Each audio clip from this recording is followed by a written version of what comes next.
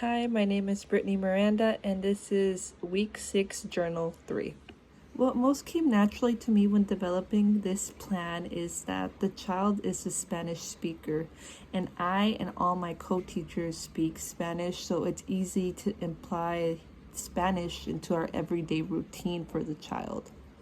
I also think having similar cultural backgrounds as the teachers makes it easier. She comes from cultural background of she's Mexican, and I'm also Mexican. Although I do see some differences of how we were raised, the similarities are there where it's easy to imply that to our everyday routine.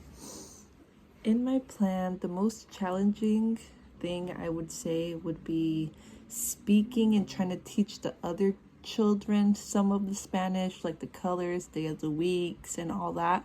That is one thing that I do think will be challenging for the rest of the children, but I don't see it being such a big challenge. I also can see like the home culture and then the school culture being a problem, because I do notice that the child sometimes like wants things her way and her parents kind of give into it, and then we can't because we're at school. The parts of the plans that I think will be the easiest to implement is the materials, the cultural background materials. I am very familiar with her background and how to add those materials into our everyday routine, even if it's just adding a cultural holiday such as like Dia de los Muertos or like Mexican Independence Day, things like that. I know how to imply and put my work into that, such as like Dia de los Muertos. I would bring pan de muertos.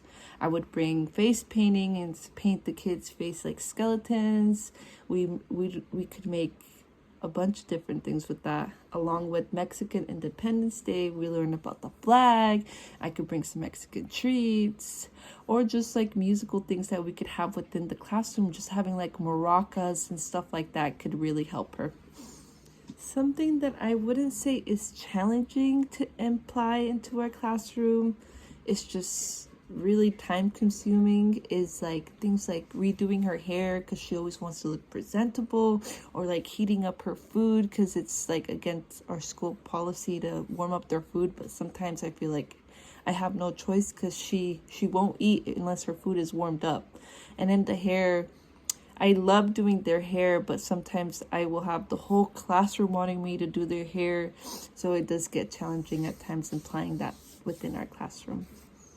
Developing this plan has contributed to my competencies in standards 2 and 4 is by, I feel like I have become closer to the family and getting to understand their cultural background, what they want for their child inside the classroom, and what they want for their child to succeed inside and out. And also the cultural background and diversity. I'm understanding where they're coming from, why certain things bug them, why they don't like certain things, and trying to agree with, we'll see more eye to eye on why I like things. We do certain things within our classroom and why they do certain things within their home, and then just mix them up.